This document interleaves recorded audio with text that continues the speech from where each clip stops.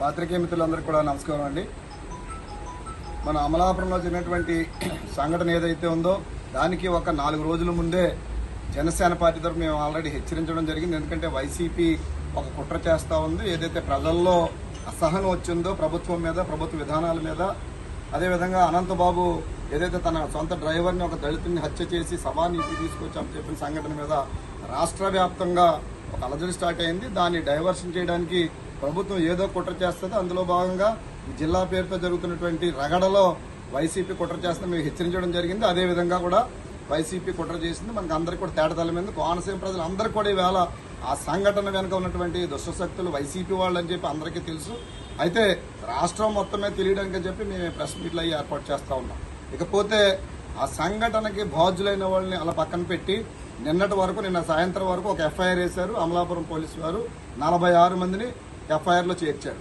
ఆ 46 మందిలో కూడా కావాలనే, ఎందుకంటే మేము మొదటే చెప్పాం, కుల చిచ్చులు, కులాల మధ్యన వైరుధ్యం పెంచడానికి వైసీపీ కుట్ర చేస్తుందని. అందులో భాగంగానే నిన్న పెట్టినటువంటి 46 మందిలో కూడా ఒకే సామాజిక వర్గానికి చెందిన వాళ్ళు ఇంచుమించుగా 29 మంది ఉన్నారంటే ఒక ఇండికేషన్ ఏంటంటే కులాల మధ్యన చిచ్చు పెట్టడానికి వైసీపీ ప్రభుత్వం ప్రయత్నం చేస్తుంది, కుట్ర చేస్తుంది అనడానికి నిన్న విడుదల చేసినటువంటి ఎఫ్ఐఆర్ మనకు నిదర్శనం. ఆ ఎఫ్ఐఆర్ లో చేసిన వాళ్ళు కాకుండా ప్రభుత్వం ఏమిచ్చిందంటే మీరు ఏదన్నా ఉంటే తెలియపరచండి ఒక 30 రోజులు అని చెప్పినప్పుడు కొంతమంది రిప్రజెంటేషన్ కూడా ఇవ్వడానికి వెళ్ళారు. అదే ప్రజాస్వామ్యంగా వాళ్ళ హక్కు, వాళ్ళ రిప్రజెంటేషన్ ఇవ్వడానికి, వాళ్ళ మనసులో కోరిక, వాళ్ళకి కావాల్సింది కోరుకోవడానికి ఒక కాగితం పూర్వకంగా కలెక్టర్ ఆఫీస్కి ఇవ్వడానికి వెళ్ళిన వాళ్ళని కూడా కేసులో పెట్టడం ద్వారా ఒక ఇండికేషన్ ఏంటంటే ఒకే ఒక సామాజిక వర్గానికి చెందిన వారు ఎక్కువగా ఈ విధ్వంసానికి కారణం అని చెప్పి చిత్రీకరించడానికి, తద్వారా కోనసీమలో కులాల మధ్యన ఇప్పుడు అన్నదమ్ముల్లా కలిసి ఉన్నటువంటి కోనసీమలో కులాల మధ్యన వైషమ్యాలు రేపడానికి వైసీపీ ప్రయత్నం చేస్తుందన్నది నిన్నటి యొక్క ఎఫ్ఐఆర్ నిదర్శనం.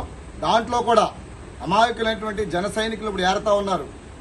ముఖ్యంగా కొంతమంది పోలీస్ కమిషనర్స్ ఎవరైతే దీని మీద ప్రత్యేకంగా ఉన్నారో వాళ్ళు చెప్పడం ఏంటంటే కింద ఆఫీసర్లకి సాధ్యమైనంత వరకు జనసేన పార్టీకి సంబంధించిన వాళ్ళు ఇందులో ఉండేటట్టు చూడండి అని చెప్పి ఒక ఇండికేషన్ కూడా ఇచ్చారని చెప్తా ఉన్నారు. అదేవిధంగా ఈ కార్యక్రమం, ఈ ఆందోళనలో పాల్గొన్నటువంటి వాళ్ళు ఎక్కడున్నా సరే పాల్గొనకపోయినా గానీ జనసేన పార్టీలో ఉన్నటువంటి కార్యకర్తల్ని ఏరి ఈ కేసులు ఇరికించడానికి ప్రయత్నం చేస్తా ఉన్నారు. అదే జరిగితే మాత్రం ఎంతటి తీవ్ర ప్రతిఘటనకైనా, ఎంతటి ఉద్యమానికైనా జనసేన పార్టీ సిద్ధంగా ఉందని చెప్తా ఉన్నాం. పోలీసు వారిని హెచ్చరిస్తా ఉన్నాం. జరిగిన సంఘటన పట్ల బాధ్యతగా ఒక మంత్రి ఇంటిపై దౌర్జన్యం జరిగిందని చింతిస్తూ మేము మౌనంగా ఉన్నాం. కానీ జన సైనికులపై కానీ అక్రమ కేసులు బనాయిస్తే మాత్రం ఎంతటి పరిణామాలను ఎదుర్కొని ఎంతటి ఉద్యమానికైనా ప్రత్యక్ష ఉద్యమానికి దిగుతామని చెప్పి తెలియజేస్తా ఉన్నాం.